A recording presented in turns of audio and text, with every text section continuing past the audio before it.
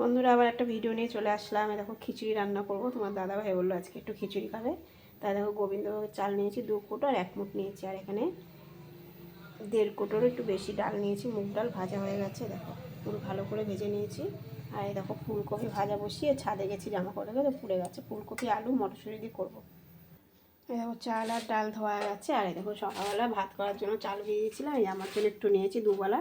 আমাদের দাদাভাই বললো খিচুড়ি খাবে, এখন চালটা ঝরতে দিয়ে দিয়েছি। আর এই দেখো জলটা হয়ে গেছে, ডালটা দিয়ে দিলাম, লঙ্কাটা দিয়ে দিয়েছি কাঁচা লঙ্কাটা, আর এই যে চালটা দিয়ে দিলাম, ডালটা ফুটে গেছে। মটরশুঁটিটা দিয়ে দিলাম, আর এই দেখো হলুদ দিলাম, একটু লাগে আবার একটু পরে দেবো। লবণ দিয়ে দিলাম,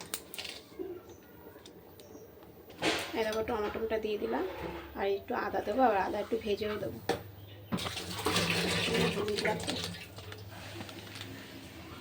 কড়াইতে তেল দিয়ে দিয়েছি, 5 ফোড়ন, শুকনো লঙ্কা আর তেজপাতা সম্বার দিয়ে দিলাম। এই দেখো আদা পেস্টটা দিয়ে দিলাম। এই দেখো খিচুড়িটা সম্বারটা দিয়ে দিয়েছি, আর এই চিনি দিয়ে দিলাম, একটু ঘি দিয়ে নামিয়ে দেবো। এই দেখো খিচুড়িটা হয়ে গেছে, একটু ঘি দিয়ে দিলাম, আগে একটু উঠিয়ে নিলাম ঘি ছাড়া। এই দেখো কেমন হয়েছে রান্নাটা অবশ্যই কমেন্ট বক্সে জানাবে বন্ধুরা। তোমরা অবশ্যই বানিয়ে খেয়ে দেখবে এরকমভাবে।